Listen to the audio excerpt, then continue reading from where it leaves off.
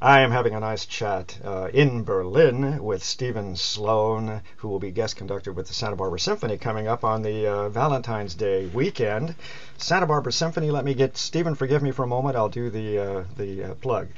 Santa Barbara Symphony, it's the pair of concerts, Valentine's Day pair, Saturday, February 14th at 8 o'clock at the Granada Theater in Santa Barbara, Sunday, February 15th at 3 p.m. in the Granada Theater in Santa Barbara. And this is a lovely, very interesting, kind of fascinating idea in terms of concert programming.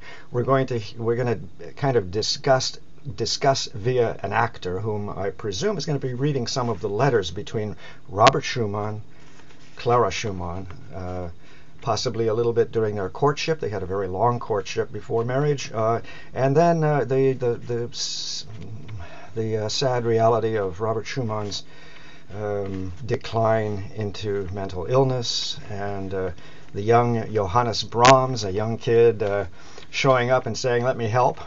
And never mind that I'm infatuated with you, Clara. Anyway, we'll get into all of that, but we're going to have a program of Robert Schumann's Manfred Overture. We're going to hear Clara Schumann's piano concerto, her only piano concerto, and interestingly, her husband's only piano concerto is also in A minor. Go figure, we'll see. We'll talk about that. And then Brahms, the First Symphony. And we're going to be looking at some years that were kind of strategic in this decline of Robert Schumann's mental health.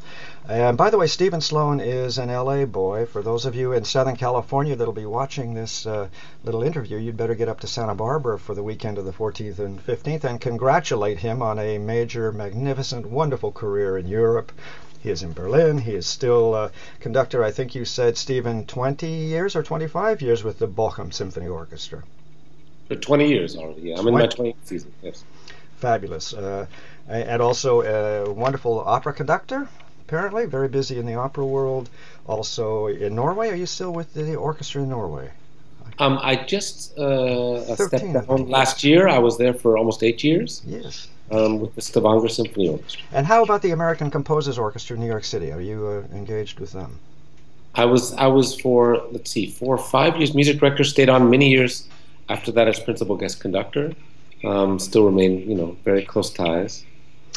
And so let's just have a look at this program a little bit and discuss this idea of Robert and Clara Schumann and Johannes Brahms in this program. I've read the letters extensively. We're looking at, in my opinion, a young man, Johannes Brahms. He was in his early 20s, very good looking. Most of us remember the image of Johannes Brahms, the old fat fellow with the cigar hanging out of his mouth, and he's a very handsome young man.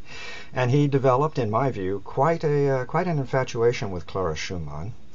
And Robert and Clara were his patrons in a way, very much supported his music making. Can you give me a little overview of your take on this triage, if that's probably not the correct word? Well, I think not uncommon so much in that period, because if you think about the whole birth of the German Romantic style, also its roots in literature. This was the opening of the human spirit, where emotions and all kinds, even the most extreme, were now being brought out to the surface. Against very much the disciplines of both the classic and Baroque periods. So it's really no surprise. And if you look at Berlioz also and his infatuation with Harriet Smithson, and his almost over-the-top version of the Symphonie Fantastique as an homage to this incredible actress. It was a period of time, I think, when a lot of what taboo or also was was coming to the forefront of many societies. So we think of it as very scandalous nowadays, but in fact, I think. Well, we're having just the usual little tiny Skype difficulties. May I just ask you to repeat a little bit, which is to say, this is what you're essentially saying. I think that this high romanticism was quite acceptable in that period. This kind of romanticized relationships with people. Yeah, I also didn't hear a lot of your question before that, but we'll try again. because you were asking about this trio, and I think the whole birth of German Romanticism during this period um, was a different climate, a different atmosphere for everything that had to do with human emotions. People were much freer in their expression, and also the whole idea, German idea of sehnsucht, of yearning, took on a whole different poetic form in the lives of people. The very strict disciplines of both the Baroque and Classic period, where the infatuation with old legends, now contemporary literature, contemporary art of that period was starting to enlighten and also engage the people in new ideas of thinking. So all of this love triangle and this opening of the hearts, I think that was really just the beginning of a new era. I was talking earlier about also Hector Berlioz and his wild infatuation for the actress Harriet Smithson. He dedicated his Symphonie Fantastique to her in this crazy dreamlike form. All these were new ways of expressing through art what people were going through in their private lives. So I think that's actually quite fascinating to look at the lives of these three amazing artists. Thank you for kind of centering that idea and how things were perceived in the 19th century, and as you say, really we're beginning to move in the 1840s and 50s into this high romanticism, high romantic period. We're going to hear on this program Clara Schumann's, and let's just chat. Maybe you can give my viewers a little overview of this was a very amazing marriage even. She was much younger than Robert Schumann. Their courtship was opposed by her father vehemently for years and years. They finally were married, and she essentially sublimated her own brilliant career. She was apparently the most brilliant pianist of the age. And so it's rarely performed, this piano concerto of hers in A minor. And as we were speaking a little earlier, oddly, Schumann's one and only piano concerto, Robert Schumann's, is also in A minor. I have no idea if there's a link, but we always know there's something going on with key and tonal areas. Give me a little overview of your experience now preparing the A minor piano concerto of Clara Schumann. Well, I think actually the concerto is a bit of a mix. It's deeply rooted in the classical form. You hear that also in the orchestration. It has a very effective but not overly opulent orchestration. And what I think stands out is that, and this you see because Clara Schumann being a most brilliant pianist, the piano is absolute in the forefront of the composition. There are many compositions of many contemporaries of Clara Schumann and Robert Schumann who actually integrated the piano in a less prolific soloistic way. But this is a concerto for the piano, for the pianist, and really is a fantastic tour de force. And let's just mention that our own Natasha Kislenko, who is the pianist for the Santa Barbara Symphony, and everyone knows her, she plays with the Music Academy of the West and at UCSB, will be playing this concerto, I'm sure, brilliantly, and that's going to be a treat to hear Clara Schumann's piano concerto. That isn't often heard. And then, speaking of romanticism, Robert Schumann's Overture to Manfred, Byron poem. Anything to say about that? I mean, Robert Schumann, in my view, is perhaps one of the most misunderstood, as you call it, high romantic composers of the period. Everyone thinks that it's really his piano music and maybe his lieder, which show off his brilliance. But I'm convinced that not only is he remarkable in those areas, but his orchestra pieces. I've had the privilege of doing a full production of his opera Genoveva, many of his oratorios. He's an amazing accompanist for the orchestra, and this Overture to Manfred, of course, the complete Manfred, the incidental music based on Byron's Manfred. But the overture itself is a microcosm of this incredible dramatic style, where I think for Robert Schumann, unlike Clara, where the piano in a way is set in to bring out the beauty of the piano, I think what you hear in Robert Schumann's music is a constant conflict that he has with himself, with society, with the almost repeated idea of dissonance and resolution, dissonance and resolution. And if you look at the melodies of the Manfred and other Schumann pieces, you see a very cryptic sort of chromaticism and dissonance that always creeps in. Of course, I think also reflects him as a person in his own life and his own struggles. Yes, his own struggles, you mean, as he moves toward insanity, his breakdowns and so on, these conflicts, these contrarinesses. Is that what you're getting? Late in his life, totally tortured. Yeah. And I think you hear that actually a lot in his music. This incredible beauty, but also somehow a deep emotional sadness.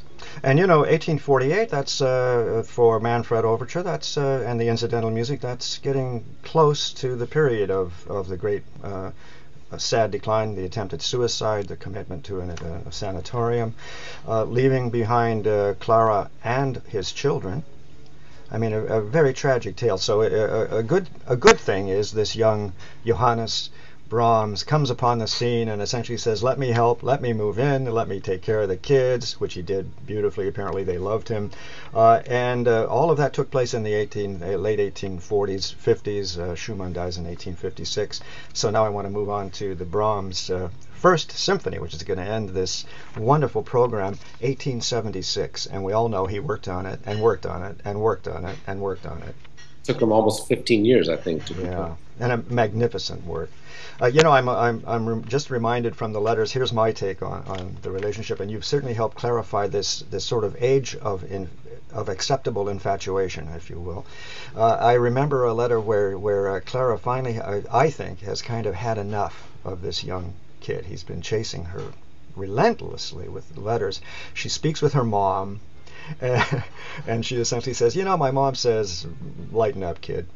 But that's my view anyway, because there is more exotic speculation about their relationship. I think it was really an infatuation, and as you have helped make clear, a product of this romantic period in the mid 19th century. Yeah, but also very interesting from Brahms' point of view, because his declared, as you call it, infatuation, love for her was of course known to her, and that he was taken into the family and helped take care of her and the children is also known.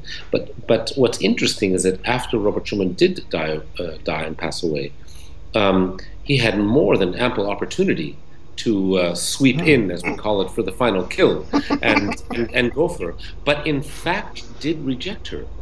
We don't know the circumstances completely around that rejection, but we do know that he, in a way, abandoned her at some point, and his idea of a love relationship was more of the professional kind. He was constantly engaging prostitutes for his personal pleasures. So I think it's not unlike. I like the parallel also with Berlioz. Hector Berlioz and Harriet Smithson. He was so enamored with Harriet Smithson that when he finally had the opportunity to marry her, and they did marry, it was a very empty marriage. It only lasted a few years and then fell apart. So I think it's probably, I think with Brahms and Schumann also something similar, in that the idea of her, when she was with Schumann, probably was stronger than the actual reality of being with her after he had the opportunity. And ain't that the truth about infatuations, right? You chase and chase, and then finally you achieve your goal, and all of a sudden it's all very boring and passé and not nearly as exciting. Let's. What was I going to ask you here? Of course, Ensemble Theater Company is going to be involved here. The actor Peter Strauss, we hope, will make clear by reading, I presume, excerpts from the letters between the three, maybe help clarify these issues a little bit. Let's just, but now let's just talk about you for just a moment, and then I think I'm done with you for the day, and you can go to bed. It's after 9 in Berlin. Were Los Angeles born? Yes. Yes, I grew up in Brentwood. Brentwood. Oh, hello. Pay attention, Brentwood. By the way, this goes out to about 12,000 people all over Southern California. So I hope we'll have a rush on ticket sales just for old time's sake. What was the high school?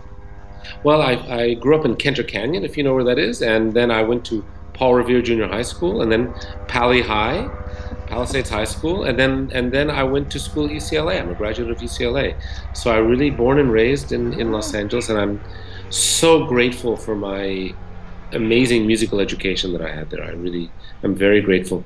I had, and I'm actually pleased to say in this interview, the most inspiring high school choral conductor teacher, Linda Badrin. And I am to this day grateful to her for all that she inspired us with her wonderful musicianship and personality. By the way, I think you have just answered one of my standard questions that I'm sure you're asked all the time. When is that moment? What happens? What person? What time? In my life, it was a brilliantly eccentric British conductor who lived in Seattle, Stanley Chappell. He would conduct the All California High School Symphony, and that's when I decided I would become a conductor. In your case, you've just told us a high school choir director who, to this day, maybe even still inspires you. Something so basic. Well, I had recently I was in Los Angeles actually doing an opera production at the Los Angeles Opera, and I had the privilege of inviting her to the performance, and she'd known that I was a conductor, but of course most of my career has been based in Europe and back east on the East Coast, so she hadn't really seen me. So it was a tremendously exciting for me that she was able to come to performance. And what a wonderful treat! And I remember this. Thank you. What was the opera? I can't remember which opera you can. It was a double bill of Bartók's Bluebeard's Castle and by Purcell, Dido and Aeneas. That's right, because Nir Cabaretti mentioned this to me around that time. And now let's just touch on your relationship with Nir Cabaretti, our orchestra conductor. Well, when I moved to Israel in 1981. Just fresh out of UCLA. For the first, I would say, 7-8 years of my career there, I was conducting choruses, and one of them was a wonderful high level. I'm sure it had to do with my experiences also in my high school, a youth mixed choir, for young people in Israel, but a nationwide choir. And from time to time, I had assistants that would help with the choir, and one of them was Nir Cabaretti. And I knew Nir when he was just a youngster and a very talented young man. And I was I've been following his career, and I'm very, very happy for him and all his successes. Wonderful. Well, I love Nir Cabaretti as well. He's a good pal. He's a wonderful human being. I think Santa Barbara adores him. Wonderful conductor for the Santa Barbara Symphony. So I'm glad we touched on that. Steven Sloane, I think I've about exhausted as much time as I can with you. Thank you very much indeed for giving me a bit of your evening. You never can get away from publicists, can you? They're always chasing after you. Believe me, with great pleasure. I'm so much looking forward to coming to Santa Barbara. There's a whole bunch of people coming also from Los Angeles to visit. I'm so excited to see them. And I'm really excited about the concerts coming up. Okay, just hold on for 1 second. I'll pass this by my audience one last time. Santa Barbara Symphony, very interesting Valentine weekend concert. We've discussed it. This relationship between Clara Schumann, Robert Schumann, and the young Johannes Brahms. Saturday, February 14th at the Granada Theater in downtown Santa Barbara. You can't miss it. It's the only skyscraper in town.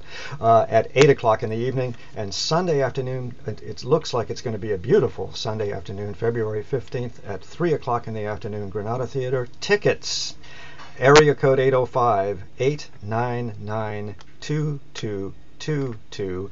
And not to forget, our own Natasha Kislenko is going to be playing Clara Schumann's Piano Concerto. Steven, thank you very much indeed for your time. Great pleasure. Thank you. Thank you.